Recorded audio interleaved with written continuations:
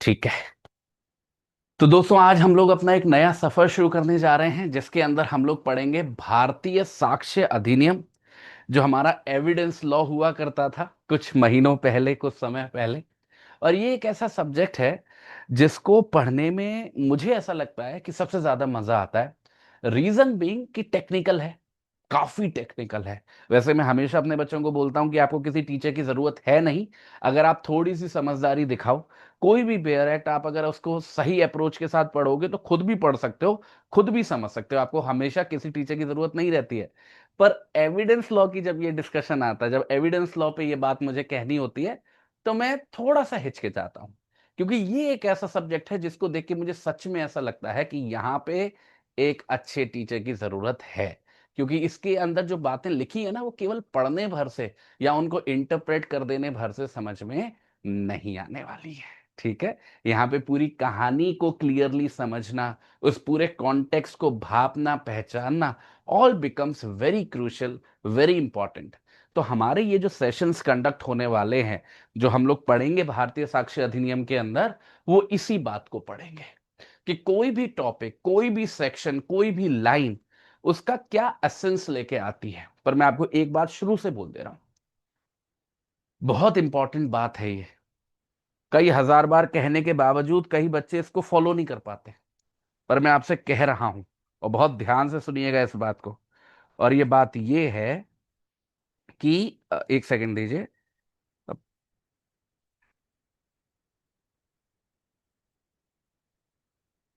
कि जब भी हम बेयर एक्ट पढ़ते हैं, बेयर एक्ट पढ़ते वक्त हमें एक बात का ध्यान रखना होता है, खासकर एविडेंस लॉ में, बीएसए में, कि जो शब्दावली है, जो लैंग्वेज है, जो शब्द इस्तेमाल किए गए हैं, उनमें हमको बिल्कुल भी नहीं फंसना है। बीएनएसएस में ये बात मैं बार बार दोहराता रहता हूं, पर उसमें ये बात अप्लाई होती है, पर इतनी सीरियसली अप्लाई नहीं होती है। पर बीएसए में तो ये बहुत ज्यादा सीरियसली अप्लाई होती है। कि कभी भी आप इस स्टैच्यूट को पढ़ो, इस अप्रोच के साथ मत पढ़ो कि उसका एक एक शब्द आप उसका ट्रांसलेशन करने की कोशिश कर रहे हो, उसको याद करने की कोशिश कर रहे हो, उसको रटने की कोशिश कर रहे हो। कि अगर आपने ये अप्रोच अपनाई, तो मैं आपको आज लिख के देता हूं, आप कितना भी बीएसए समझ लोगे, आपको कॉन्फिडेंस कभी नहीं आएगा, कभी नहीं आएगा। क्योंकि आपकी अप्रोच ही गलत है। जब भी हमको कोई बेयर एक्ट समझना होता है, लैंग्वेज केवल एक जरिया है। वो हमसे कुछ कह रहा है, उसमें वो शब्द इंपॉर्टेंट नहीं है, क्या कहा जा रहा है वो इंपॉर्टेंट है। तो एज अ टीचर मैं आपको वही समझाने की कोशिश करूंगा कि कोई भी पर्टिकुलर सेक्शन या उसका कोई भी प्रोविजन क्या कहने की कोशिश कर रहा है। मेरा यहां काम ये नहीं है कि यहां पे जो शब्द लिखे हुए हैं उनका मैं आपको मतलब बताता हुआ फिरूं, या उनका मैं आपके लिए ट्रांसलेशन करूं। ठीक है। तो ये बात बिल्कुल क्लियर रखिएगा आप सभी लोग अपने दिमाग में। ठीक है। हम समझने आए हैं, क्या समझने आए हैं कि बीएसए के सेक्शंस क्या कहते हैं। अगर हमने उस चीज को समझ लिया तो हम अपने शब्दों में उसको कह भी सकते हैं और लिख भी सकते हैं। और अगर नहीं समझा, कितना भी ट्रांसलेशन कर लेना, कितना भी रट लेना, कोई फायदा नहीं होने वाला है। ठीक है। ये पॉइंट बिल्कुल उतार लो अपने दिमाग के अंदर। मुझे पता है कि ये बात अभी हजार बार मुझे और दोहरानी पड़ेगी, हर क्लास में दोहरानी पड़ेगी, क्योंकि कोई ना कोई बच्चा निकल के आएगा कि सर इस शब्द का मतलब बता दो। ठीक है। तो ऐसा नहीं करना है, समझना है कहानी क्या है, स्टोरी क्या है, कॉन्सेप्ट क्या है। अब मैं आपको ज्यादा नहीं पकाऊंगा, पहला क्लास है इसलिए थोड़ा सा बैकग्राउंड दे रहा था। सीधे जंप करेंगे अपने स्टैट्यूट पे। अब मैं आपको हल्का सा प्लान बता देता हूं कि हमारा प्लान क्या है। हमारा प्लान ये है कि हम भारतीय साक्ष्य अधिनियम को पढ़ेंगे अगले 40 क्लासेस में। 40 क्लासेस का प्लान है। 40 क्लासेस एक एक घंटे का आप लगा लो। 40 से थोड़ा बहुत हो सकता है कि 45 हो जाए, कम नहीं होंगी, ज्यादा हो सकती हैं। ठीक है। वो मेरे साथ हमेशा ही होता है कि 40 अगर मैं बोल रहा हूं तो मान के चलो कि 45 हो ही जाएंगी। ठीक है। और इसके अंदर हमारा ये जो स्टैच्यूट है भारतीय साक्ष्य अधिनियम, लगभग लगभग इसको पूरा पढ़ेंगे हम लोग। लगभग लगभग का मतलब क्या है, ये मान के चलो लगभग 80 to 90% सेक्शन हम लोग कवर करेंगे। कुछ ऐसे सेक्शंस आएंगे जिनको छोड़ेंगे भी, बट हाँ 80 to 90% कंटेंट कवर करेंगे। पर जो छोड़ा हुआ कंटेंट है वो एक ऐसा कंटेंट होगा जिसकी इंपॉर्टेंस नहीं है। अगर मैं कुछ छुड़वा रहा हूं क्लास में, एक बात मैं और दोहरा देता हूं, अगर मैंने कहा कि हम ये सेक्शन नहीं पढ़ रहे हैं, उसका मतलब क्या है, उसका आपको भी नहीं पढ़ना है। ऐसा नहीं है कि मेरे मैं छुड़वा रहा हूं तो आपको उसको खुद पढ़ लेना है, नहीं। मेरे छुड़वाने का मतलब है उसको आपको भी नहीं पढ़ना है, वो एग्जाम पर्सपेक्टिव से अदरवाइज इंपॉर्टेंट नहीं होगा, पर ऐसा बीएसए में बहुत कम होगा। बीएसए में ज्यादातर सेक्शंस इजी हैं, ज्यादा लेंदी भी नहीं है, तो उनको कवर हम लोग कर ले जाएंगे। दूसरी बात, हम लोगों की वीक में, हर एक वीक में 5 क्लासेस होंगी, मंडे से लेके फ्राइडे तक। ठीक है। अब मंडे से लेके थर्सडे तक तो हम अपने स्टैट्यूट पे ही फोकस रखेंगे, जो आपको दिखाई दे रहा होगा अपनी स्क्रीन पर। क्या सेक्शन क्या कह रहा है, क्या कॉन्सेप्ट है, क्या बातें हैं जो समझनी है, क्या पॉइंटर्स हैं जिनको याद रखना है। और जो फ्राइडे का दिन होगा, फ्राइडे के दिन हम लोग केस लॉस पढ़ेंगे। एविडेंस लॉ में केस लॉस की अच्छी खासी इंपॉर्टेंस होती है, तो केस लॉस का दिन हम लोगों ने अलग से कर रखा है फ्राइडे। तो जो भी सेक्शंस हम लोग कवर करते हैं किसी भी पर्टिकुलर वीक में, जैसे मंडे से लेके फ्राइडे तक हमने जो भी सेक्शंस पढ़े XYZ, उनके केसेस हम लोग फ्राइडे के फ्राइडे कवर कर लिया करेंगे, जो दोनों चीजें साथ में चलती रहेंगी। ठीक है। तुरंत सेक्शन के बाद केसेस क्यों नहीं पढ़ा रहा हूं, उससे थोड़ा सा कॉम्प्लिकेशन हो जाता है, क्योंकि कई केस लॉज ऐसे आते हैं एविडेंस लॉ में जिसमें केवल एक सेक्शन अप्लाई नहीं हो रहा, 2-3 सेक्शंस का मिक्सचर है, और ऐसा एविडेंस लॉ में बहुत ज्यादा होता है। इसलिए स्पेसिफिकली उस केस लॉ को किसी पर्टिकुलर सेक्शन से बांधना पॉसिबल नहीं हो पाता है। तो मैं क्या करता हूं, सारे सेक्शन जो भी रिलेवेंट हो सकते हैं उनको पढ़ा देता हूं पहले ही, और फिर जो रिलेवेंट केस लॉज हैं उनको समझाता हूं, तो आपको पूरी पिक्चर एक बार में क्लियरली दिखाई देती है। ठीक है। तो ये हमारा फ्राइडे का डे होता है, जो वो केस लॉस का डे रहेगा। सैटरडे संडे छुट्टी रहेगी। छुट्टी का मतलब क्या है, आप उस दिन रिवाइज करोगे, कम से कम सैटरडे को तो यूटिलाइज करोगे रिवाइज करने के लिए जो भी चीजें हम लोगों ने पढ़ी है। अब 6 मिनट हम लोग बर्बाद कर चुके हैं इस चीज पे, अब और आगे बात नहीं करेंगे, आगे देखते जाएंगे, समझते जाएंगे, सीखते जाएंगे चीजों को। सीधे तौर पर शुरुआत करते हैं भारतीय साक्ष्य अधिनियम के साथ। अब एक बहुत कॉमन सवाल आने वाला है कि सर किताब कौन सी खरीद लें। कोई जरूरत नहीं है किसी भी किताब को खरीदने की, कोई जरूरत नहीं है किसी भी नोट्स को परचेस करने की, कुछ भी करने की जरूरत नहीं है। अगर आप सच में कुछ करना चाहते हो तो ध्यान से सुन लेना। ये जो 40-45 क्लास हम कंडक्ट करने वाले हैं ना, उसमें बस बैठना मत, अपना दिमाग मत चलाना, जो मैं कहूं उसको सुन लेना बस। ठीक है। मेरे को आप अपने 45 आवर्स दे दो, मैं आपको भारतीय साक्ष्य अधिनियम ऐसा पक्का करा दूंगा कि आपको जिंदगी में कोई किताब पढ़ने की जरूरत नहीं रहेगी। और आपको कुछ नहीं करना है उसके लिए, केवल अपने बेयर एक्ट में वो मार्क करते रहना जो मैं आपको मार्क कराऊं। और अगर कभी कुछ लिखवाऊं तो उसका एक छोटा सा रजिस्टर बना लो, पतला सा, ज्यादा मोटा नहीं, 40-50 पन्नों का रजिस्टर बना लो, उसमें वो बातें लिख देना। वैसे बहुत ही कम लिखवाऊंगा, बहुत ज्यादा नहीं लिखवाऊंगा, पर कभी अगर कुछ बहुत ज्यादा इंपॉर्टेंट हो जाता है तो लिखवाना पड़ जाता है। ठीक है। क्लियर है ये सारी बातें। चलो, एक बार मेरे को चैट बॉक्स में सभी बच्चे वाई टाइप कर दो। क्या हम सभी लोग तैयार हैं, शुरू करें अपना एक ये नया सफर। Are we all ready, are we all excited पढ़ने के लिए। बहुत ही प्यारा सा सब्जेक्ट, भारतीय साक्ष्य अधिनियम। ज्यादा लेंदी नहीं है ये सब्जेक्ट। जैसे हम बीएनएसएस पढ़ रहे हैं ना, बीएनएसएस बड़ा लेंदी है, सेक्शंस पे सेक्शन, सेक्शंस पे सेक्शंस। यहाँ पे अप्रोच अलग है, यहाँ पे सेक्शन ज्यादा नहीं है, पर कॉन्सेप्ट्स उसी टक्कर के हैं, उससे भी अच्छे हैं जो बीएनएसएस के अंदर हम लोग पढ़ते हैं। तो शुरू करते हैं। देखो बेटा, हम लोग अपने पार्ट 1 के साथ शुरू कर रहे हैं, और उसमें जो हमारा सबसे पहला एजेंडा है वो है chapter number 1। Chapter number 1 important इसलिए है क्योंकि इसके अंदर बेसिक कॉन्सेप्ट्स बताए गए हैं, ऐसे बेसिक कॉन्सेप्ट जो पूरे एविडेंस लॉ में अप्लाई होते हैं। तो ऐसा कहा जाता है, और मैं इस बात को मानता हूं, कि अगर किसी बच्चे को चैप्टर 1 नहीं समझ में आया तो उसको एविडेंस लॉ समझ में आएगा ही नहीं, कुछ भी कर लो। आगे के सेक्शन समझ में आ ही नहीं सकते अगर चैप्टर 1 नहीं समझ में आया, इतना फंडामेंटल है। ठीक है। तो इस चैप्टर पे थोड़ा सा मैं भी टाइम लगाऊंगा, आप भी लगाओ, ध्यान से सुनो, अच्छे से समझो, कोई हड़बड़ी नहीं है। ठीक है। और अगर दिमाग में कोई क्वेश्चन आए तो मुझे लिख के भेज दो, और शायद मैं क्लास के दौरान उस बात पे ध्यान ना दे पाऊं, तो कोई टेंशन नहीं। वैसे तो सवाल कुछ आएगा ही नहीं, अदरवाइज क्लास खत्म होने के बाद पूछ लेना। अगर क्लास खत्म होने के बाद भी कुछ रह जाए तो अदरवाइज मेरे से पूछ लेना। ठीक है। पर उस बात पे ध्यान मत दो, अभी इन सब चीजों को बिल्कुल ध्यान मत दो, केवल सुनो मैं क्या कह रहा हूं। ठीक है। चलो शुरुआत करते हैं सबसे पहले सेक्शन से, सेक्शन नंबर 1। सेक्शन नंबर 1 जैसा सारे स्टैट्यूट्स में होता है, यहां पे भी वही है। 3 चीजें हमको देखने को मिलती हैं यहां पे: short title, application and commencement. एक और बात मैं आपको बता देता हूं, जब भी मैं आपको कोई भी सेक्शन पढ़ाऊंगा तो उस सेक्शन की इंपॉर्टेंस भी बताऊंगा आपको, कि वो कितना इंपॉर्टेंट है। और ये जो इंपॉर्टेंस है मैं दोनों पर्सपेक्टिव से बताता हूं, एग्जाम पर्सपेक्टिव से भी अगर आप जुडिशरी या कोई लॉ रिलेटेड एग्जाम दे रहे हो, या फिर लिटिगेशन पर्सपेक्टिव से भी अगर आप प्रैक्टिस कर रहे हो। और मैं इंपॉर्टेंस को कैसे बताता हूं, मैं या तो कहता हूं कि आप एक भी टिक मत लगाओ। एक भी टिक लगाने का ना लगाने का मतलब है कि वो एवरेज कैटेगरी का है, पढ़ लो, एक बार पढ़ लो बहुत है। या फिर मैं कहता हूं आप एक सिंगल टिक लगा लो। सिंगल टिक का मतलब होता है इंपॉर्टेंट है, इंपॉर्टेंट है, ध्यान से पढ़ना है, अच्छे से उसको रिवाइज वगैरह करना है। और या फिर मैं कहता हूं कि डबल टिक लगा लो। क्या? डबल टिक लगा लो। डबल टिक का मतलब है वेरी वेरी इंपॉर्टेंट, मतलब एक ऐसा सेक्शन, एक ऐसा कॉन्सेप्ट जो बिल्कुल मन में उतार लेना है, जो एग्जाम में आएगा ही आएगा या फिर कोर्ट ऑफ लॉ में यूज होगा ही होगा। ठीक है, तो जब भी कोई सेक्शन पढ़ाता हूं तो मैं उसकी इंपॉर्टेंस बताता हुआ चलता हूं। अब जैसे ये पहला सेक्शन है, इसकी इंपॉर्टेंस है सिंगल टिक। सिंगल टिक क्यों? क्योंकि प्रीलिम्स में यहां से क्वेश्चंस पूछे जाते हैं, हर बार पूछा जाता है, इक्का दुक्का क्वेश्चंस आता ही आता है। देखते हैं सबसेक्शन 1, दिस एक्ट में बी कॉल्ड भारतीय साक्ष्य अधिनियम, कॉमा 2023। ये क्या है? इसका शॉर्ट टाइटल है, मतलब इस स्टैच्यूट का नाम है, इस कानून का नाम है।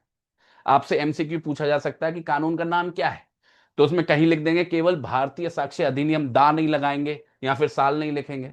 कहीं लिख देंगे भारतीय साक्ष्य अधिनियम 2023, कॉमा नहीं लगाएंगे, दा नहीं लगाएंगे, कुछ मतलब ऐसे कॉम्बिनेशंस बनाएंगे। रियल नाम क्या है? भारतीय साक्ष्य अधिनियम, कॉमा 2023। ये पूरा जहां पे लिखा हो मतलब वही एक करेक्ट ऑप्शन है। ठीक है, तो ये हो गया इसका शॉर्ट टाइटल। अब देखो सबसेक्शन 2, अब ध्यान से सुनना, सबसेक्शन 2 बहुत ज्यादा इंपॉर्टेंट है। It applies to all judicial proceedings, all judicial judicial proceedings in or before any court, any court. ठीक है, जिस पे भी मैं सर्कल बना रहा हूं, आप सर्कल बनाना चाहो सर्कल बना लो, हाईलाइट करना चाहो हाईलाइट कर लो, आपकी मर्जी है। ठीक है, it applies to all judicial proceedings in or before any court, including, inclusion आ गया, court martial, including court martial, but not to, ये बहुत इंपॉर्टेंट है, not to affidavits presented to any court or officer, not to the proceedings before an arbitrator. अब देखने में ये दो लाइनें लग रही हैं आपको, देखने में ये दो लाइनें हैं, पर इन दो लाइनों से ही दो तीन सवाल बन सकते हैं। क्या पॉइंट्स हैं जहां से सवाल बनेंगे? सबसे पहला तो सिंपल सा पॉइंट ये है कि हम ये जो भारतीय साक्ष्य अधिनियम पढ़ रहे हैं, इसमें क्या बताया गया है? इसमें रूल्स एंड रेगुलेशंस बताए गए हैं। किस बारे में रूल्स एंड रेगुलेशंस बताए गए हैं? एविडेंसेस के बारे में। एविडेंस का मतलब क्या होता है? साक्ष्य। देखो, जब भी कोई भी कानूनी कार्रवाई होती है, उस कानूनी कार्रवाई के अंदर किसी चीज को साबित करना है, किसी चीज को सिद्ध करना है। जब कोई चीज सिद्ध होगी तभी तो कोई फैसला आ पाएगा। जैसे फॉर एग्जाम्पल कोई कार्रवाई चल रही है जिसमें एक व्यक्ति के ऊपर आरोप लगाया कि उसने हत्या की। केवल आरोप लगने से तो कुछ होता नहीं, एक्विजिशन से तो कुछ होता नहीं। अगर किसी को जजमेंट सुनानी है तो क्या चाहिए कि ये बात साबित हो कि उसने हत्या की है। साबित कैसे होगी? एविडेंसेस के आधार पर। एविडेंसेस में बहुत सारी चीजें आ जाती हैं। एविडेंसेस में हो सकता है कि वो चाकू भी आ जाए जिस चाकू से हत्या की गई।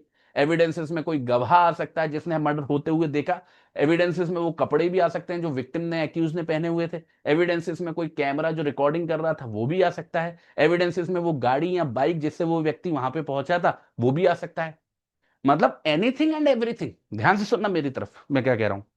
एनीथिंग एंड एवरीथिंग जो कोर्ट की हेल्प करे एक डिसीजन पे पहुंचने के लिए, किसी चीज को साबित या ना साबित करने के लिए, उसको हम एविडेंस के नाम से बुलाते हैं। तो यहां पे सबसे पहला पॉइंट यही है कि ये जो रूल्स एंड रेगुलेशंस हैं एविडेंसेस से रिलेटेड, कि कौन सा एविडेंस स्वीकार किया जाएगा, नहीं किया जाएगा, कब किया जाएगा, ये सारे के सारे रूल्स एंड रेगुलेशंस कहां पे अप्लाई होते हैं? सारी की सारी जुडिशियल प्रोसीडिंग्स के ऊपर। जुडिशियल, अब ये जो जुडिशियल शब्द है इसको आप कैसे समझोगे? इसको कॉन्ट्राडिक्ट करके, किसके साथ? एडमिनिस्ट्रेटिव शब्द के साथ। एक शब्द होता है एडमिनिस्ट्रेटिव, एक शब्द होता है जुडिशियल। ये दोनों एक दूसरे से भिन्न हैं, एक दूसरे से अलग हैं। कैसे अलग हैं? जैसे फॉर एग्जाम्पल सुप्रीम कोर्ट के हमारे मानो चीफ जस्टिस ऑफ इंडिया है, ठीक है। चीफ जस्टिस ऑफ इंडिया होने के नाते वो डिसाइड कर रहे हैं कि हमारे जो सुप्रीम कोर्ट का स्टाफ है उसको कितनी सैलरी मिलनी चाहिए। और वो इसलिए काफी सारी चीजों को देख रहे हैं, डॉक्यूमेंटेशन वगैरह को देख रहे हैं कि विदेशी सुप्रीम कोर्ट्स में कितनी सैलरी मिलती है, क्या स्टैंडर्ड है, वो सारी चीजें। ये जो पूरी कार्यवाही कर रहे हैं एक जज कर रहे हैं, चीफ जस्टिस ऑफ इंडिया कर रहे हैं, पर ये एक एडमिनिस्ट्रेटिव कार्यवाही है। एडमिनिस्ट्रेटिव का मतलब कि सुप्रीम कोर्ट को चलाने के संबंध में है, उसके एडमिनिस्ट्रेशन के संबंध में। यहां पे भारतीय साक्ष्य अधिनियम अप्लाई नहीं होगा, वो रूल्स एंड रेगुलेशन से अप्लाई नहीं होंगे। पर जब वही जज साहब उसी सुप्रीम कोर्ट में बैठ के किसी क्रिमिनल ट्रायल की सुनवाई कर रहे होंगे या किसी सिविल केस में अपील सुन रहे होंगे, तो वो जुडिशियल प्रोसीडिंग्स होगी। क्योंकि जुडिशियल प्रोसीडिंग्स का लॉजिक क्या है? लॉजिक ये है कि हम लोग रेस्पेक्टिव पार्टीज को सुन के, रेस्पेक्टिव साइड्स को सुन के एक फैसला लेने वाले हैं।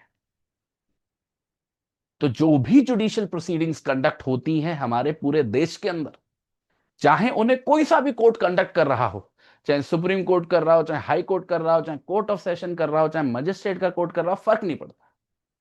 जब जब जुडिशियल प्रोसीडिंग्स कंडक्ट की जाएगी किसी भी कोर्ट के अंदर, हमारा भारतीय साक्ष्य अधिनियम अप्लाई होगा। और कभी भी अगर एडमिनिस्ट्रेटिव प्रोसीडिंग्स हैं, वहां पर भारतीय साक्ष्य अधिनियम अप्लाई नहीं होगा। यह सबसे पहला पॉइंट है समझने वाला।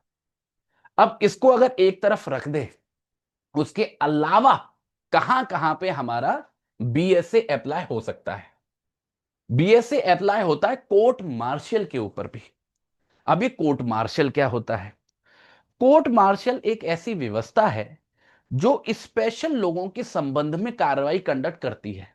और ये स्पेशल लोग कौन है? जैसे कि आर्म्ड फोर्सेस के मेंबर्स, कोई व्यक्ति आर्मी का ऑफिसर है, कोई व्यक्ति नेवी का ऑफिसर है, कोई व्यक्ति एयरफोर्स में काम करता है और उसके ऊपर कुछ एलिगेशंस लगे हैं कि उसने अपनी ड्यूटी को सही से नहीं निभाया या कोई गड़बड़ करी है या देश से गद्दारी करी है। इन सारी परिस्थितियों में उसके खिलाफ जो कार्रवाई चलाई जाएगी वो नॉर्मल कोर्ट में नहीं चलाई जाएगी जैसे हम आम लोगों के खिलाफ चलाई जाती है। ये कार्यवाही वही इंस्टीट्यूशन चलाएगा, मतलब वही आर्मी चलाएगी, वही नेवी चलाएगी, वही एयरफोर्स चलाएगा। और इसी प्रोसेस का नाम है कोर्ट मार्शल। Court martial. वैसे यहां पे भी फ्लेवर वही है जुडिशियल प्रोसीडिंग्स वाला, पर फिर भी हम फर्दर क्लैरिटी के लिए कह दे रहे हैं कि हमारे देश के अंदर जहां पे भी कोर्ट मार्शल की कार्रवाई है वहां पे भी हमारा भारतीय साक्ष्य अधिनियम अप्लाई होता है। ये दूसरा पॉइंट हो गया, दूसरा एमसीक्यू हो गया आपका। ठीक है, तो कोर्ट मार्शल के ऊपर अप्लाई होता है। तो सारे कोर्ट्स के सामने जो भी जुडिशियल प्रोसीडिंग्स हो रही हैं वहां पे अप्लाई होता है, साथ के साथ कोर्ट मार्शल पे भी अप्लाई होता है। ये तो डिस्कशन हो गया कि कहां कहां पे बीएसए अप्लाई होता है। अब बात करते हैं कहां कहां पे नहीं होता है। एक तो मैं आपको ऑलरेडी बता चुका हूं, जो भले यहां पे नहीं लिखा है पर मैं बता चुका हूं कहां पे अप्लाई नहीं होता है, एडमिनिस्ट्रेटिव प्रोसीडिंग्स में। ठीक है, एडमिनिस्ट्रेटिव प्रोसीडिंग्स में बीएसए अप्लाई नहीं होता है, ये मैं आपको बता चुका हूं। उसके अलावा अगर कोर्ट के सामने कभी भी कोई भी पार्टी या कोई भी विटनेस कोई भी एफिडेविट दाखिल करता है, उस एफिडेविट के संबंध में एविडेंस लॉ के प्रिंसिपल्स अप्लाई नहीं होते हैं। अब ये बात आपको समझ में आ जाएगी जैसे ही आपको समझ में आएगा कि एफिडेविट होता क्या है। एफिडेविट कुछ नहीं है बेटा। एफिडेविट एक ऐसा डॉक्यूमेंट है, एक ऐसा कागज का टुकड़ा है जिसके अंदर कोई भी व्यक्ति कोर्ट से कह रहा होता है किन्हीं बातों को और उन बातों की जिम्मेदारी ले रहा होता है कि जो भी कुछ मैंने कहा वो सच है, मैंने कुछ भी झूठ नहीं बोला है, किसी भी तरीके की धोखाधड़ी या फ्रॉड नहीं किया है।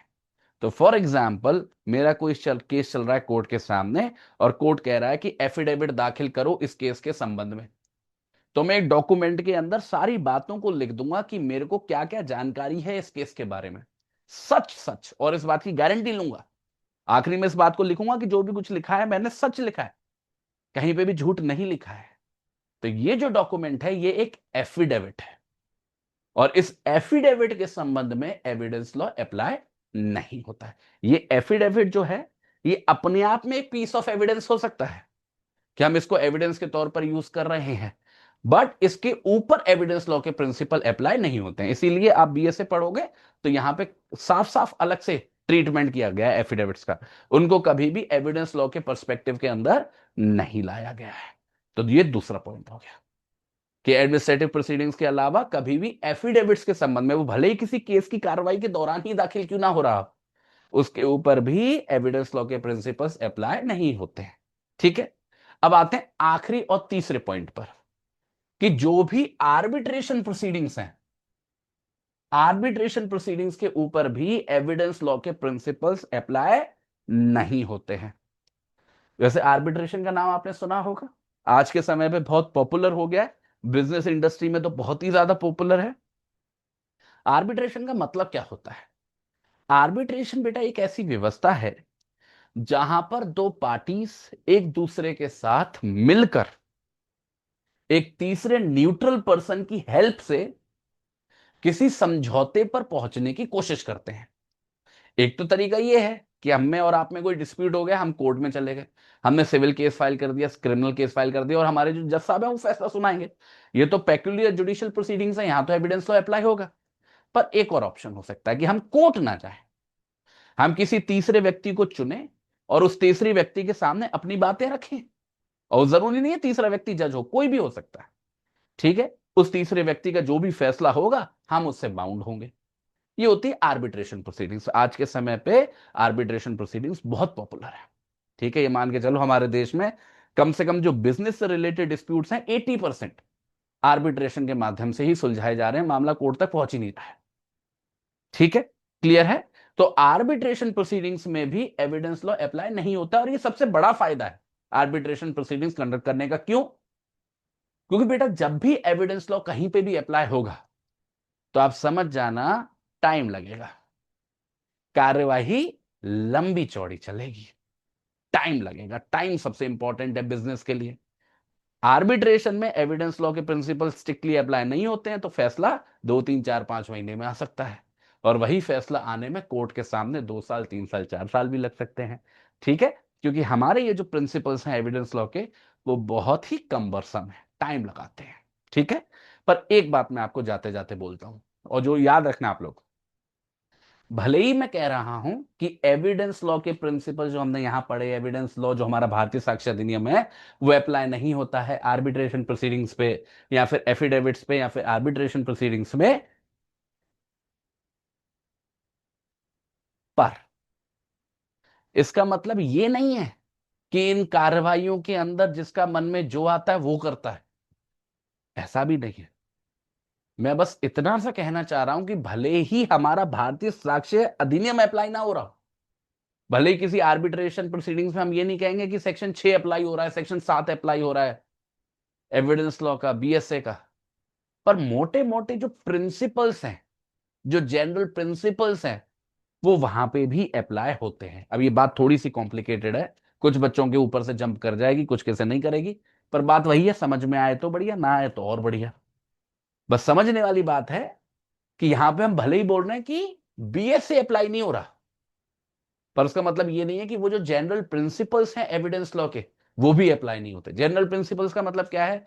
जैसे एक बहुत इंपॉर्टेंट प्रिंसिपल है कि कोई भी एविडेंस किसी व्यक्ति के खिलाफ उसकी उपस्थिति में ही लिया जाएगा, किसी के पीठ पीछे किसी के खिलाफ एविडेंस नहीं ले सकते। ये एक पर्टिकुलर सेक्शन है हमारे भारतीय साक्ष्य अधिनियम के अंदर। तो भले ही मैं कह रहा हूं कि भारतीय साक्ष्य अधिनियम अप्लाई नहीं होगा आर्बिट्रेशन पे, पर फिर भी आर्बिट्रेशन के अंदर ये नियम फॉलो किया जाता है कि किसी की पीठ के पीछे एविडेंस नहीं ले, क्योंकि वो एक जनरल प्रिंसिपल है। ठीक है, समझ पा रहे हो दोनों सिचुएशंस में फर्क? एक बार मेरे को चैट बॉक्स में फटाफट से वाई टाइप करके बताओ, क्या आप सभी लोगों को समझ में आया सबसेक्शन 1 और सबसेक्शन 2 क्या क्या इंक्लूडेड है, क्या क्या इंक्लूडेड नहीं है? एक और बात, बाल की खाल नहीं निकालनी है। कभी भी मैं कोई भी चीज आपको पढ़ाऊंगा, आप उसमें बाल की खाल मत निकालना, क्योंकि हमको कोई पीएचडी नहीं करनी है यहाँ पे। एक जनरल सा प्रिंसिपल है, उस जनरल से प्रिंसिपल को समझने की कोशिश करनी है जितना अच्छे से हम लोग समझ पाए। ठीक है, इधर उधर की कोई बात नहीं, अभी ना सिविल लॉ की बात हो रही है ना किसी की बात हो रही, हमेशा फोकस रखो उस बात पर जो बात समझाई जा रही है, जो बात कही जा रही है स्टैट्यूट के अंदर, जनरल क्वेश्चंस। क्योंकि एक बार ये समझ गए वो सारे सवाल तो कभी भी एड्रेस हो जाएंगे। ठीक है, क्लियर है। अब देखो सबसेक्शन 3, आखिरी subsection, it shall come into force on such date as the central government may by notification in the official gazette appoint। अब देखो कोई भी कानून जब बनता है पार्लियामेंट से पास होने के बाद, जो हमारी सरकार है, केंद्रीय सरकार है, जो हमारा सेंट्रल गवर्नमेंट है, वो डिसाइड करती है कि कब से लागू होगा। ठीक है, कौन सी वो तारीख होगी जिस तारीख से ये एक्ट लागू होना चालू होगा। तो कानून बनाना एक बात है, कानून को लागू करना दूसरी बात है। तो लागू करने के लिए कानून बनाएगी तो पार्लियामेंट, पर लागू कौन करेगी? केंद्रीय सरकार। और उसके लिए एक सिंपल सा प्रोसीजर होता है कि जो ऑफिशियल गैजेट है हमारा सेंट्रल गवर्नमेंट का, उसके अंदर नोटिफिकेशन निकालना होता है। अब ये ऑफिशियल गैजेट क्या है? जैसे एक नोटिस बोर्ड होता है ना, उस नोटिस बोर्ड की तरह काम करता है। आजकल तो डिजिटल टेक्नोलॉजी का जमाना है, तो डिजिटल टेक्नोलॉजी के जमाने में मानो जो सरकार की वेबसाइट है, उसको मान लो ऑफिशियल गैजेट, उसमें हम नोटिफिकेशन निकाल देंगे कि फलानी तारीख से ये कानून लागू होना शुरू हो जाएगा। ऐसा क्यों किया हमने? ऑफिशियल गैजेट में नोटिफिकेशन क्यों निकाला? जिससे जो जनता है उस तक ये सारी इंफॉर्मेशन पहुंच जाए। जब इंटरनेट नहीं आई थी यही काम फिजिकली किया जाता था, अब यही काम डिजिटली किया जाता है। तो ऑफिशियल गैजेट में नोटिफिकेशन आएगा। अब स्पेसिफिक डेट क्या है वो आप अगर अपने बेयरट के थोड़ा सा नीचे जाओगे तो आपको मिल जाएगी। देखो यहां पे लिखा हुआ है 1 जुलाई 2024। वैसे तो इसमें नोटिफिकेशन नंबर वगैरह भी लिखा हुआ है, वो सब आपको याद करने की जरूरत नहीं है। केवल 1 जुलाई 2024 से हमारा ये जो कानून है लागू होना शुरू हो गया था, अप्लाई होना शुरू हो गया था हमारे देश के ऊपर। ठीक है, बस इतनी सी बात है। चलो इसी के साथ हमारा सबसेक्शन 1 खत्म हो गया, तीनों पॉइंट्स हम लोगों ने कवर कर लिए।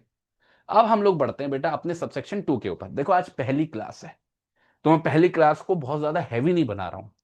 जब आप कल आओगे तो कल मैं थोड़ा सा स्पीड ज्यादा बढ़ा के रखूंगा, थोड़ा सा स्पीड ज्यादा तेज चलेंगे हम लोग, ठीक है।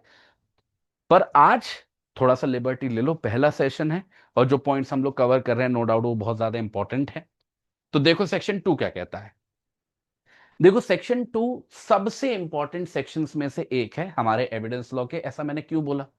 इस पे डबल टिक लगेगा, 2 टिक आएंगे, बहुत इंपॉर्टेंट है। क्योंकि बेटा इसके अंदर डेफिनेशंस बताई गई है। डेफिनेशंस का मतलब ऐसे शब्द जो हम बार बार पढ़ेंगे अलग अलग सेक्शंस के अंदर, इसी एविडेंस लॉ में, इसी भारतीय साक्ष्य अधिनियम में, उनका मतलब समझाया गया है। तो एक बात ये बहुत इंपॉर्टेंट होती है कि कोई शब्द ऐसा हो सकता है जिसका आम अंग्रेजी भाषा में कुछ अलग मतलब हो, पर कानूनी भाषा में उसका कुछ और मतलब निकलता हो। इसलिए बड़ा जरूरी होता है कि जो भी डेफिनेशंस प्रोवाइड की गई हैं उसको हम उसी कॉन्टेक्स्ट में समझें जैसा उनको लिखा गया है। तो कल को जब वो शब्द आएगा किसी भी सेक्शन में तो हम अपना लॉजिक ना लगाएं, अपनी जनरल अंडरस्टैंडिंग ना लगाएं कि अंग्रेजी भाषा में तो इस शब्द का ये मतलब होता है तो मैं उसको वैसे समझूंगा या वैसे लिख दूंगा। नहीं नहीं नहीं, जो शब्द का मतलब बताया गया है डेफिनेशंस के अंदर इस कानून के, हमें उसे वैसे ही लेना होगा। ठीक है, तो जो भी सबसे इंपॉर्टेंट शब्द शब्द हैं, जो भी टर्मिनोलॉजीज हैं, उनको यहां पे एक्सप्लेन किया गया है। कुछ ऐसी डेफिनेशन है जो बहुत ज्यादा आसान है, इतनी ज्यादा इंपॉर्टेंट भी नहीं है। कुछ ऐसी डेफिनेशन है जो बहुत ज्यादा इंपॉर्टेंट है। तो वैसे तो मैंने पूरे सेक्शन पे ही डबल टिक लगा दिया है, पर ये जो डेफिनेशंस हैं इनमें भी कुछ डेफिनेशंस पे मैं आपको टिक लगवाऊंगा, और उन डेफिनेशंस पे टिक लगवाऊंगा जो बेहद इंपॉर्टेंट है। इंपॉर्टेंट तो वैसे सारी ही हैं, पर बेहद इंपॉर्टेंट को आप चाहे सर्कल कर लो चाहे कुछ भी कर लो, ठीक है, वो करते चलना। सबसे पहली डेफिनेशन है कोर्ट की। कोर्ट का मतलब क्या है? क्योंकि ये शब्द बार बार आएगा पूरे स्टैट्यूट में। कोर्ट इंक्लूड्स ऑल जजेस एंड मजिस्ट्रेट्स, जजेस and magistrates and all persons accept arbitrators. अभी आर्बिट्रेशन की बात समझ के आए, उसी का एक्सटेंशन है एक्सेप्ट आर्बिट्रेटर्स। अब सुनिएगा सबसे इंपॉर्टेंट बात, legally legally authorized to authorized to take evidence, take evidence. तो बीएनएसएस के अंदर कोर्ट का मतलब क्या है, बीएनएस के अंदर कोर्ट का मतलब क्या है, या किसी भी तीसरे कानून के अंदर कोर्ट का मतलब क्या है, उससे हमारा यहां पे कोई लेना देना नहीं है। समझिएगा, जब हम भारतीय साक्ष्य अधिनियम के अंदर ये कोर्ट शब्द लिखा समझेंगे या कोर्ट शब्द लिखा देखेंगे, तो हमारे लिए ये इंपॉर्टेंट तो है ही कि वहां पर जज साहब बैठे हैं या मजिस्ट्रेट साहब बैठे हैं, वो तो इंपॉर्टेंट है ही।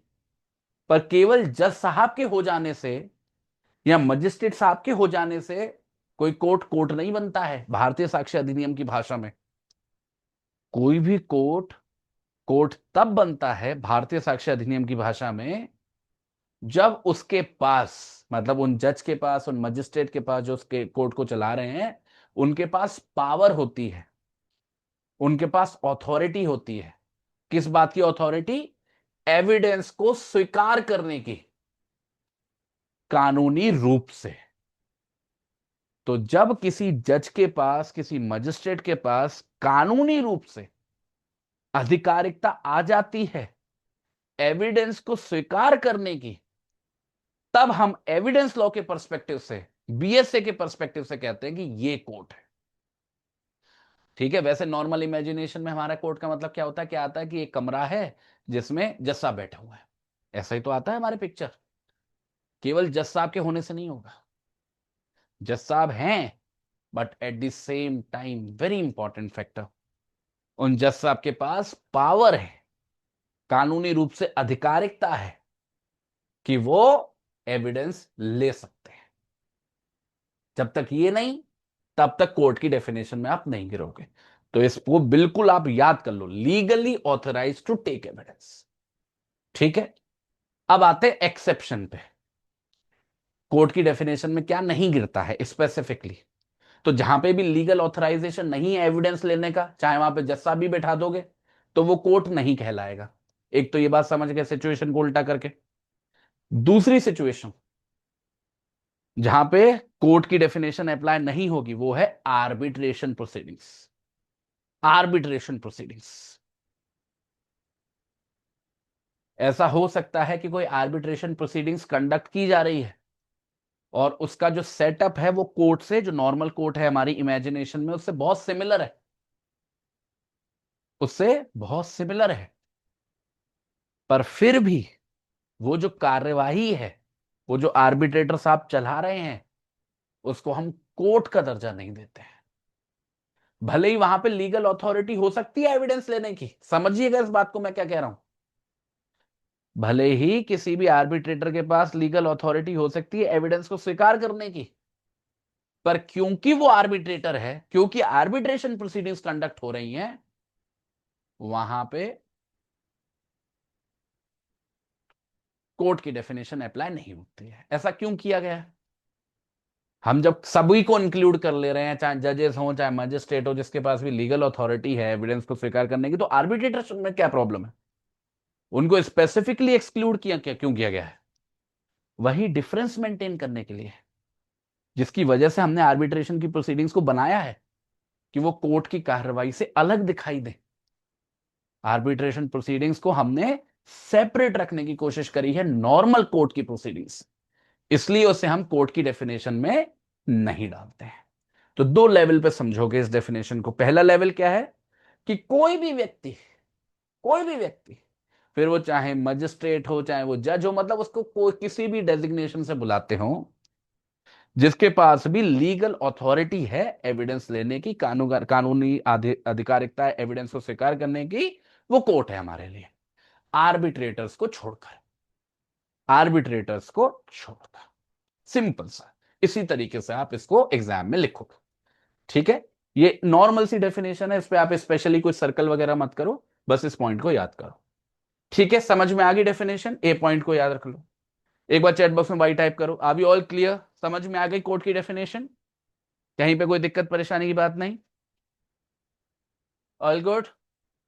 ठीक है, इजी है, सिंपल है। अब इसके बाद आती है अगली डेफिनेशन, कंक्लूसिव प्रूफ की। अब इस पे आप सर्कल कर लो। यहां पे सर्कल का मतलब क्या है? ये बहुत इंपॉर्टेंट डेफिनेशन, बहुत इंपॉर्टेंट, ठीक है, इंपॉर्टेंट नहीं, बहुत इंपॉर्टेंट। और ये थोड़ी सी टेढ़ी भी है, ध्यान से सुनना। कंक्लूसिव प्रूफ, कंक्लूसिव प्रूफ दो शब्द है, समझेंगे इसका मतलब। कंक्लूसिव प्रूफ मींस व्हेन, अब ध्यान से सुनिएगा, when one fact is declared by this अधिनियम to be conclusive proof of another, the court shall, on proof of the one fact, regard the other fact as proved and shall not, सबसे important बात है, and shall not allow evidence to be given for the purpose of disproving it, for the purpose of disproving it। बड़ा लंबा चौड़ा है, आपको थोड़ा सा कॉम्प्लिकेटेड भी लिख रहा होगा सुनने में, पर बड़ा सरल सा है। मेरी तरफ ध्यान दो, मैं क्या कह रहा हूं। देखो दोस्तों, कंक्लूसिव प्रूफ की डेफिनेशन जो है, वो दो तथ्यों के बीच में, तथ्य का मतलब क्या, फैक्ट। जैसे मैं यहां पे खड़े होकर क्लास ले रहा हूं, ये एक फैक्ट है, ये एक तथ्य है। तो कंक्लूसिव प्रूफ की डेफिनेशन दो तथ्यों के बीच में रिश्ता बताती है, रिलेशन बताती है। क्या रिश्ता बताती है?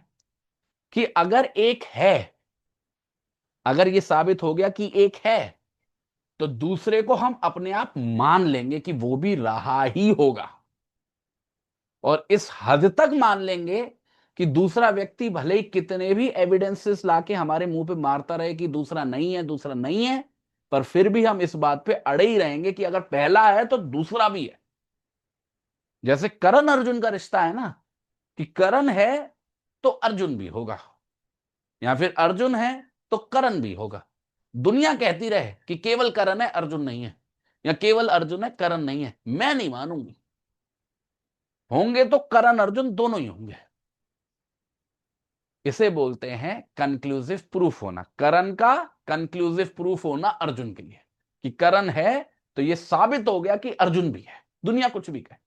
या फिर अर्जुन है तो यह साबित हो गया कि करण भी है। Conclusive proof, conclusive proof. और यहां तक कि कोई अगर क्वेश्चन करेगा कि अर्जुन तो है नहीं, मेरे पास ये एविडेंस है, मैं उसको भगा दूंगा। मैं कोई एविडेंस अलाउ करूंगा ही नहीं इस बात को डिस्प्रूफ, इस बात को डिस्प्रूव करने के लिए कि करण है, अर्जुन नहीं है। समझ पा रहे हो मेरा एग्जाम्पल, समझ पा रहे हो? मतलब दो तथ्यों में ऐसा रिश्ता जो अटूट है, एक के होने से हम दूसरे को मान ही मान लेंगे, कोई डाउट नहीं छोड़ेंगे। जैसे इसका एक एग्जाम्पल लेता हूं। हमारे एविडेंस लॉ का एक प्रिंसिपल है, कई लोग उसको क्रिटिसाइज करते हैं, पर प्रिंसिपल है कि अगर कोई भी बच्चा जन्म लेता है जिस दौरान उसके जो मां है वो शादी के संबंध में बंधी हुई है किसी आदमी के साथ, ठीक है, जब बच्चे का जन्म हुआ तो बच्चे की मां तो पता है कौन है, जिसकी कोख से उसने जन्म लिया है, वो औरत किसी आदमी के साथ शादी के संबंध में बंधी हुई है। तो उस बच्चे का जन्म लेना उस मां की कोख से जो शादीशुदा है, इस बात का कंक्लूसिव प्रूफ है कि वो जो जिससे शादी हो रखी है वही उसका बाप है। वो आदमी दुनिया भर के एविडेंस लाते रहे कि मैं पिता नहीं हूं, मैं केवल आपको एग्जांपल दे रहा हूं, उसके भी कई सारे इफ एंड बट्स है। आप उस सेक्शन में मत पहुंच जाना कि सर ऐसा नहीं है, ये भी ऑप्शन, केवल आपको एग्जांपल दे रहा हूं, एग्जांपल को एग्जांपल की तरह लिया करो। तो अब वो आदमी चाहे कितनी भी कोशिश करता रहे कि सर ऐसा नहीं था, वैसा नहीं था, ये नहीं है, वो नहीं है, इस मेरी वाइफ का एक्स्ट्रा मैरिटल अफेयर है, ये सब वो सब, कोर्ट कहेगा हमें नहीं सुननी कोई भी बात। आप कितनी भी डीएनए रिपोर्ट लाती रहो, ये दिखाते रहो कि मेरा डीएनए मैच नहीं हो रहा मेरे बच्चे से, कुछ भी करते रहो, ये बात कि ये बच्चा पैदा हुआ आपकी पत्नी की कोख से तब जब शादी चल रही थी, ये इस बात का प्रूफ है कि आप ही पिता हो। तो ये कुछ ऐसी परिस्थिति है जो हम इस बी पॉइंट के अंदर पढ़ रहे हैं कि अगर एक चीज है, अगर शादी है और बच्चे का जन्म हो रहा है, तो जिससे शादी है वही पिता है, चाहे सच्चाई कुछ हो। हम एविडेंस को भी देखेंगे नहीं, हम एविडेंस को भी देखेंगे नहीं। हाँ बिल्कुल बिल्कुल, एक और एग्जांपल, जैसे बच्चा बोल रहा है कि जैसे कोई 7 साल से कम उम्र का है, तो उसको हम मानते हैं कि वो केपेबल है ही नहीं किसी अपराध को करने का, वो इंटेंशन फॉर्म ही नहीं कर सकता अपने दिमाग में। तो मानो किसी 6 साल के बच्चे ने किसी के चाकू मार दिया, मानो अपनी माँ की चाकू मार दी जिससे वो मर गई। हम दुनिया भर के एविडेंस लाते रहे कि ये बहुत तेज बच्चा है, ये सब सोच रहा है, समझ रहा है, इसने पूरी प्लानिंग के साथ अपनी माँ को मारा है। कोर्ट कहेगा कि हमें नहीं मालूम। हमें जैसे ही पता चला कि वो 7 साल से कम का है, अब हम कुछ भी सुनने को तैयार नहीं है, हमारे हिसाब से वो अपराध कर ही नहीं सकता। तो उसका 7 साल से कम का होना ये कंक्लूसिव प्रूफ है कि वो इंटेंशन फॉर्म कर ही नहीं सकता है, अपराध करने में वो असक्षम है। ठीक है, तो कुछ वैसी सिचुएशन जो हम इस बी पॉइंट के अंदर पढ़ते हैं, मतलब दो तथ्यों में ऐसा रिश्ता कि एक के होने से दूसरा अपने आप साबित हो जाता है, और इस हद तक साबित हो जाता है कि उसके खिलाफ हम एविडेंस स्वीकार करते ही नहीं। हम मतलब कोर्ट ऑफ लॉ। बताओ भाई, समझ में आया? फिर से वही कहूंगा, शब्दों में नहीं फंसना है, लैंग्वेज के पैटर्न को मत देखो, उसकी खूबसूरती को मत देखो, स्ट्रक्चर को मत देखो, बात समझ में आई कि नहीं। और इस बात को अपनी भाषा में लिखना होगा अपने एग्जाम में, और जितनी सरल भाषा होगी उतने अच्छे मार्क्स। कई बच्चे ऐसा सोचते हैं कि सर हम लोग सेक्शन सेम टू सेम रट लेंगे और वैसे का वैसा लिखाएंगे तो हमें अच्छे मार्क्स मिल जाएंगे। बेवकूफी है, दुनिया भर की सबसे बड़ी बेवकूफी है। टीचर को ऐसा लगता है कि ये रट्टू तोता है, उल्टा आपने अपने पैर पे कुल्हाड़ी मार ली ऐसा करके। ऐसा कभी नहीं करे, किसी भी प्रोविजन को जितना हो सके उसे अपनी भाषा में लिखें। ठीक है, तो इस पे सर्कल कर लेना, बहुत इंपॉर्टेंट डेफिनेशन। फिर तीसरे नंबर पे डेफिनेशन आती है बेटा डिसप्रूव्ड की। डिसप्रूव्ड, ठीक है, डिसप्रूव्ड एक होता है प्रूव्ड, एक होता है डिसप्रूव्ड। समझ में आ जाएगा आसानी से। Disproved in relation to a fact means when after considering the matters before it, the court either believe that it does not exist or considers its existence so probable that a prudent man ought under the circumstances of the particular case to act upon the supposition that it does not exist। याद है मैं शुरू में क्या कह रहा था कि वैसे तो मैं बच्चों को कहता हूं कि आप बेरक ध्यान से पढ़ो किसी भी सब्जेक्ट का, आपको समझ में आने लगेगा। पर बीएसए में ऐसा नहीं हो पाता है। क्यों नहीं हो पाता है? क्योंकि ऐसी भाषा है ना, बहुत कॉम्प्लिकेटेड लैंग्वेज है। बात इतनी सिंपल है पर कहीं इतनी घुमा फिरा के गई है कि चक्कर आ जाए आपको। बड़ी सिंपल सी बात है। मैं क्या कह रहा हूं, प्रूव्ड का मतलब क्या है? प्रूव्ड एक ऐसी परिस्थिति है जहां पर कोई, सॉरी डिसप्रूव्ड, डिसप्रूव्ड एक ऐसी परिस्थिति है जहां पर कोर्ट को सारी बातों को देखने के बाद, समझने के बाद यह भरोसा हो जाता है, इन दो में से कोई एक भरोसा होगा।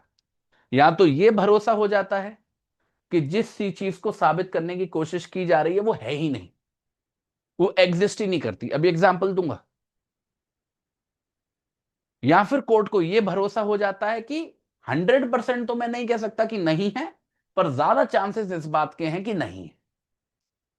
इन दोनों में से कोई भी अगर परिस्थिति है कि कोर्ट को पूरा भरोसा हो गया कि नहीं है, या कोर्ट को लग रहा है कि ज्यादा चांसेस इस बात के हैं कि नहीं है, तो हम कहते हैं कि वो बात डिस्प्रूव हो गई है, मतलब साबित नहीं हो पाई है, गैर साबित हो गई है। जैसे फॉर एग्जाम्पल जैसे मानो मैं एक व्यक्ति हूं, मेरे ऊपर आरोप लगा है कि मैंने किसी की हत्या की है, मैंने किसी का मर्डर किया है। अब जो प्रोसिक्यूशन साइड है, पब्लिक प्रोसिक्यूटर साहब हैं, वो साबित करने की कोशिश कर रहे हैं कि मैं हत्यारा हूं, और वो मेरे खिलाफ दुनिया भर के एविडेंसेस लेके आ रहे हैं, मतलब मेरा अपराध साबित करने की कोशिश कर रहे हैं। दूसरी तरफ मेरे को भी मौका मिल रहा है अपनी बात को कहने का, और मैं भी एविडेंसेस लेके आ रहा हूं। अब मानो मैं कोई ऐसा एविडेंस लेके आया जिसके अंदर मैं साफ साफ दिखाई दे रहा हूं कि उस समय पर, जिस समय पे हत्या हुई है, मैं तो अपने घर में बैठा हूं या मैं अपने ऑफिस में बैठा हूं और कैमरा में मैं दिखाई दे रहा हूं क्लियरली, और ऐसे 100 गवाह हैं जो कह रहे हैं कि है, और कैमरा की भी रिकॉर्डिंग है।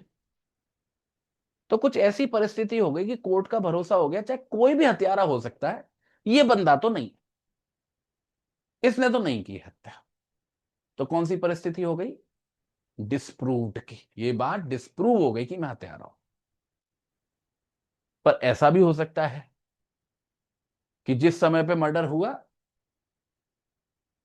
मैं दूसरी जगह पे था, पर इस बात की कोई कैमरा रिकॉर्डिंग नहीं है।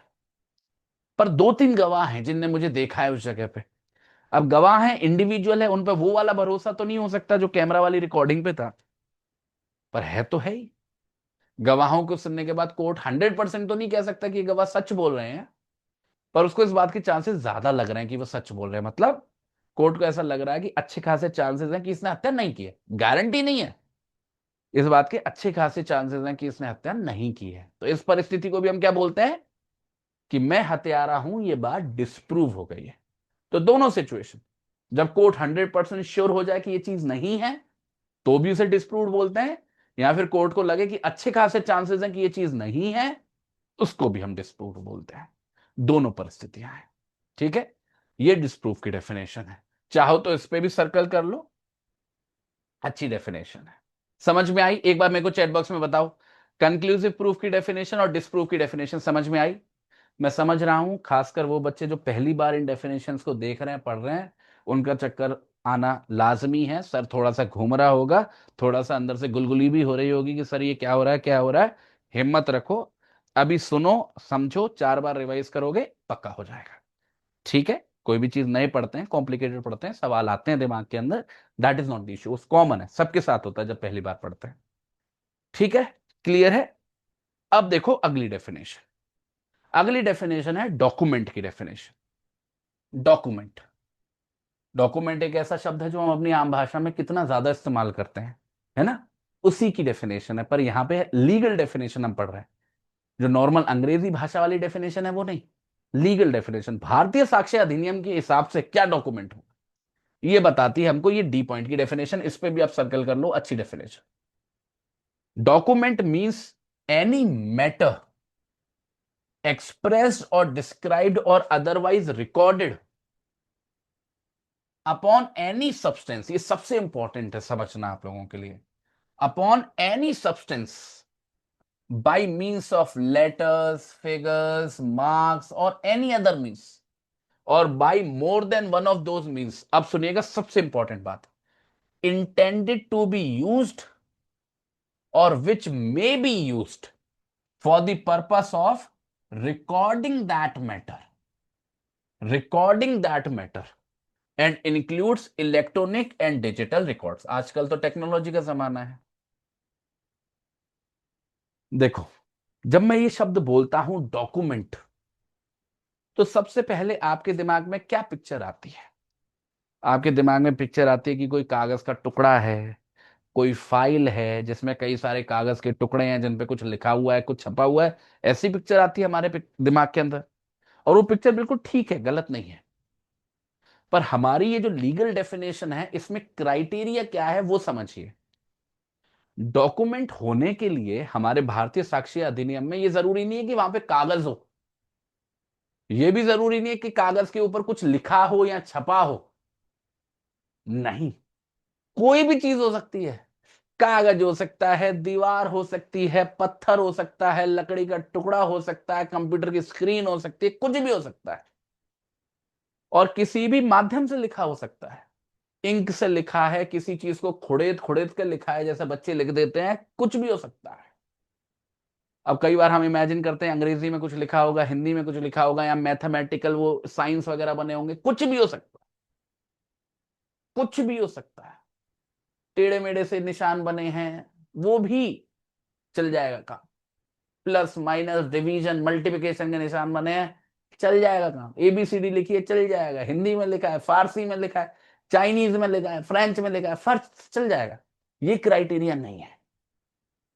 क्राइटेरिया है केवल एक, कि हम जो भी कुछ लिख रहे हैं, जो सी भी भाषा भाषा हो, जो भी कुछ लिख रहे हैं किसी भी चीज के ऊपर, दीवार के ऊपर, पेपर के ऊपर, पत्थर के ऊपर, हमारी जो इंटेंशन है, हमारा जो पर्पस है कि हम ऐसा कर क्यों रहे हैं, वो इसलिए कर रहे हैं कि हम उस चीज को रिकॉर्ड करना चाहते हैं। और यहां पे रिकॉर्ड का मतलब वो वॉइस रिकॉर्ड या वीडियो रिकॉर्ड नहीं है।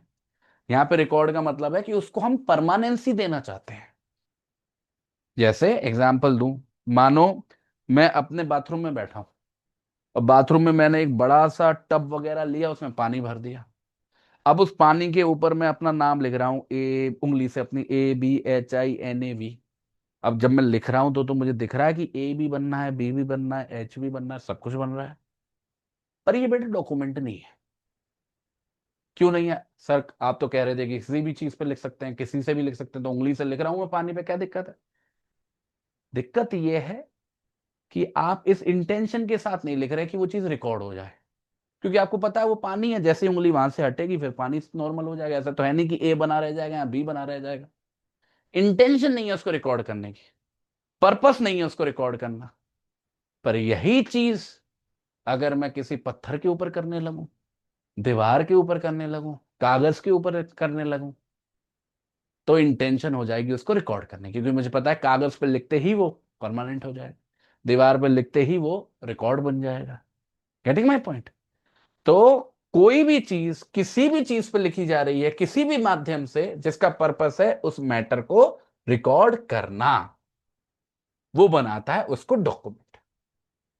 और ये जो प्रोसेस है रिकॉर्ड करना, ये फिजिकल भी हो सकता है कि हम हाथों से कर रहे हैं, पेपर पे लिख रहे हैं, दीवार पे लिख रहे हैं, पत्थर पे लिख रहे हैं। और यही काम टेक्नोलॉजी के माध्यम से भी किया जा सकता है कि मैं लैपटॉप में बैठ के कीबोर्ड में कुछ कीज दबा रहा हूं और ऊपर वर्ड फाइल में कुछ लिखता जा रहा है। That is also a document. ठीक है? तो डिजिटली ये काम को किया जा रहा है, वो भी डॉक्यूमेंट है। फिजिकली ये काम को किया जा रहा है, वो भी डॉक्यूमेंट है। ठीक है? अब इसके कुछ एग्जाम्पल्स हैं। एग्जाम्पल्स वैसे आपको पढ़ने रटने की जरूरत नहीं है, इक्का दुक्का देख लो। तो कोई भी चीज अगर मैंने लिखी है, डॉक्यूमेंट है। कोई भी चीज अगर प्रिंट हुई है, लिथोग्राफ हुई है, फोटोग्राफ हुई है, डॉक्यूमेंट है। कोई भी मैप या प्लान हम देखते हैं, डॉक्यूमेंट है। किसी भी लोहे की प्लेट पे, मेटल की प्लेट पे या स्टोन वगैरह पे कोई भी इंस्क्रिप्शन है, कुछ लिखा हुआ है। अब इन शब्दों में मत खो जाना कि सर कैरिकेचर क्या होता है, कि सर इंस्क्रिप्शन क्या होता है। ये इंपॉर्टेंट नहीं है। इंपॉर्टेंट ये है कि हमने वो जो रिक्वायरमेंट पड़ी है वो सारे एग्जाम्पल्स में अप्लाई होती है कि नहीं। हम ये जब भी करते हैं, चाहे कोई राइट कर रहे हो, प्रिंट कर रहे हो, मैप बना रहे हो, प्लान बना रहे हो, क्या इन सब में वो मैटर रिकॉर्ड हो रहा है या नहीं? अगर मैटर रिकॉर्ड हो रहा है, that means it is a document. और ये सब तो आपको बता ही दिया, इलेक्ट्रॉनिक रिकॉर्ड में ईमेल आ गया, चाहे कुछ भी कर रहे हो आप, डिजिटली कर रहे हो, जिससे वो चीज रिकॉर्ड होती जा रही है। ठीक है? ये सभी डॉक्यूमेंट की डेफिनेशन में आते हैं। तो कोई भी माध्यम पर, किसी भी चीज पर, किसी भी तरीके से कुछ भी लिखना, जिसका पर्पस इसको रिकॉर्ड करना है डिजिटली या फिजिकली, वो उसको डॉक्यूमेंट बनाता है। As simple as that. इसके नाम को ऊपर जाना है ना, इधर जाना है ना, बाल निकालना है ना, कुछ करना है। सिंपल, सटीक डेफिनेशन। फोकस पूरा इस बात पर, केवल और केवल इस बात पर। बताओ भाई, डॉक्यूमेंट की डेफिनेशन समझ में आ गई? अभी ऑल क्लियर? क्लियर है? कहीं कोई दिक्कत परेशानी नहीं? अब समझ पा रहे हो? आपको थोड़ा सा एटीट्यूड समझ में आ रहा है कि हम लोगों को एविडेंस लो एक्चुअल में पढ़ना कैसे है, और हम क्या गलतियां करते हैं। गलती क्या करते हैं भाई? बाल की खाल निकालने की। तो हम वो नहीं करेंगे, हम कॉन्सेप्ट पे फोकस करेंगे। और यही जो मैं आपको बातें बता रहा हूं, इनको आपको अपने शब्दों में लिखना सीखना होगा। वैसे तो मैं हमेशा अपने बच्चों को ये मोटिवेट करता ही हूं कि आप जब भी किसी सब्जेक्ट को पढ़ो, उसको रिवाइज करो, बहुत अच्छी बात है, बट उसको लिखने की भी कोशिश किया करो। और लिखने का मतलब ये नहीं कि एक तरफ डायरेक्ट रख दिया और उसे कॉपी करो। आपने चीज पढ़ ली, समझ ली, दिमाग में आ गई, एक बार रिवाइज भी कर ली। अब कोरा पन्ना लो और उसको लिखने की कोशिश करो अपने शब्द में, उस भाषा में जिसमें आपको पेपर देना है। अंग्रेजी में देना है तो अंग्रेजी में, हिंदी में देना है तो हिंदी में, या कोई और भाषा में देना है तो उसमें उसे लिखने की कोशिश करो। तो आपका जो दिमाग है वो और बेहतर बेहतर तरीके से उसको एक्सप्रेस करेगा और पेपर पे लिखेगा। क्योंकि अल्टीमेटली तो हमें वही करना है एग्जाम के अंदर। ठीक है? तो चलो, हम लोगों ने 4 डेफिनेशन आज पढ़ लिए, तो मैं आज बहुत ज्यादा नहीं खींच रहा हूं, पहली क्लास है आप लोगों की। तो कल का जो हमारा सेशन होगा, कल हम लोग एविडेंस से आगे बढ़ेंगे। तो सबसे पहले जो डेफिनेशंस हैं उनको सबको खत्म करेंगे, और फिर मूव फॉरवर्ड करेंगे सेक्शन 3 और सेक्शन 4 की तरफ। ठीक है? एक बार मेरे को फाइनली बता दो, जो भी कुछ हम लोगों ने आज डिस्कस किया, क्या आप सभी लोगों को समझ में आया? कहीं पे कोई दिक्कत, कोई परेशानी तो नहीं रही?